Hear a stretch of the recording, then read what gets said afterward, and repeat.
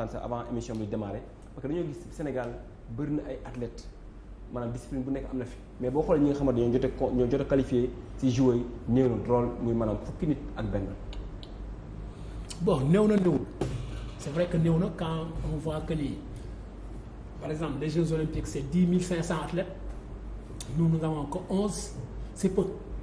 Et quand vous revisitez par exemple parce que je suis en train d'écrire un livre sur la participation du Sénégal aux Jeux olympiques de 1964 et j'attends que 2024 se termine pour que je puisse au moins terminer mon livre nekk benn kii que je compte publier au plus tard au mois d'octobre prochain parce que je voulais le publier bien avant les Jeux 2024 ma ne naa xaar su jeexee comme ça j'aurai au moins je pourrais des éléments compléter voilà j'aurai des éléments pour pouvoir compléter vraiment mon livre mais je me suis rendu compte que à l'époque on avait plus de discipline on avait plus d'athlètes. J'ai vu le responsable de la commission technique Avolino dire que oui, en 2009 en 2020 on avait 9, cette fois on a 20. On a régressé. C'est pas parce qu'on avait 20 qu'on a... Non, je suis désolé. Quand vous voyez aujourd'hui ce qui se passe dans le sport, les moyens qui ont été mis dans le sport, mais les moyens sont en train d'augmenter et les performances sont en train de descendre au plus bas. On a 10 500 athlètes, sur 10 500 on a 11 et regardez sur les 11 quels sont ceux qui se sont qualifiés sur le terrain. Quand vous voyez par exemple, vous prenez Louis Frédéric, il s'est qualifié sur le terrain, il a réalisé 13-18, c'était le 1er juillet 2003. Salissar 2023. Oui, 2023 autant pour moi. Salissar, elle est 14e. Elle s'est qualifiée sur le ranking. Elle n'a pas réalisé les minima, mais elle s'est qualifiée sur le ranking parce que je pense que dañuy jël 32 au triple saut féminin, elle est 14e, donc elle entre dans le ranking. Quand tu vois par exemple Cheikh Tidiane Diouf aussi, c'est dans le ranking parce qu'au 400 mètres, on prend 48, il est 45e dans le ranking.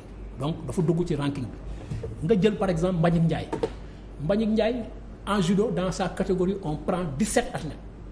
De justesse, il est 18e. Si on 17, dañuy gagner une place au Sénégal. Donc vous voyez, il faudrait que les gens revoient le mode de qualification. Comment nos athlètes se sont qualifiés? Il y a la fille qui est escrimeuse, comment elle s'appelle encore, Ndeye Binta Diong. Elle s'est qualifiée au TKO, sur le terrain. Donc on a 2 qui sont qualifiés sur le terrain. Quand vous voyez par exemple, Louis François. Voilà, avec Louis François. Ñu jël par exemple le taekwondo Goro Diop. Il s'est qualifié sur le terrain au tournoi TKO. Il y a aussi le tennisman Ibrahima Diaw, mon neveu là, il s'est qualifié sur le ranking. Invitation. Quand vous voyez par exemple à la natation, par exemple Oumy Diop ak Mathieu Ousmane Seye, c'est des invitations, c'est des wildcards. Il y a aussi au canoë-kayak, vous voyez Kombe Seck et Boris. Kombe qui fait canot sprint, Boris qui fait canot slalom. Ils se sont qualifiés. Donc cela veut dire que nous, on a combien de fédérations? 67 fédérations. Sur les 60 il y a combien de fédérations? Ça veut dire que les gens ne travaillent pas. Il faut avoir le courage de le dire. Les gens ne travaillent pas. Et ces athlètes qui sont qualifiés, benn athlète moo ci nekk Sénégal, moo am entraîneur Sénégal muy le taekwondo.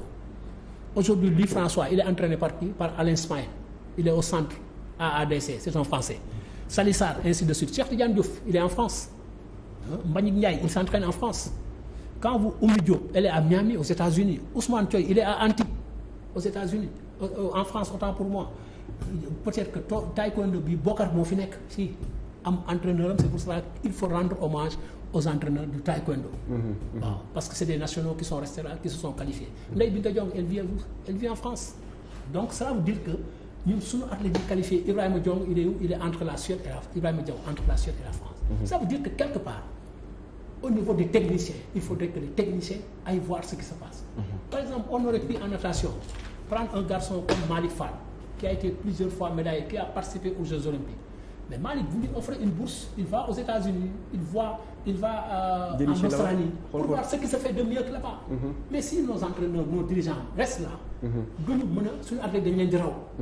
Et quand cet athlète-là, les gens parlent de finale, mais je peux mettre sur je peux parier que amul kenn ku ci dem finale. Non, il faut qu'on ait le courage de le dire. Quand vous voyez par exemple les rankings, Louis François, son ranking, c'est combien aujourd'hui?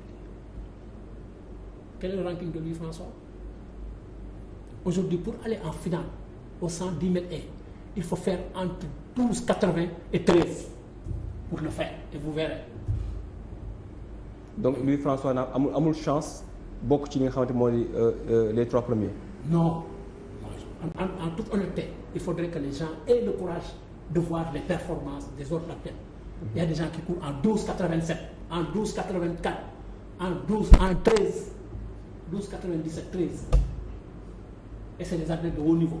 Regardez au triathlon des Américains ils ont pris combien dañu lay wax am na kii yoo xam ne amuloo droit am plus de 2 athlètes. dañuy gis ay athlètes yoo xam ne dañuy daw 13,0 mais ñun Louis François il avait fait 13,18 le premier et il n'en a plus fait.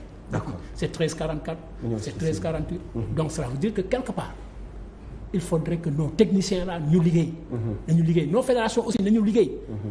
parce que mënoo am 66 fédérations comprendre nga di am chaque année di wax oui on a fait un pas quel pas franchi non je suis désolé. merci il faudrait que les gens aient le courage de le dire. Grégoire ma bàyyi la si wala ma bàyyi la si Grégoire.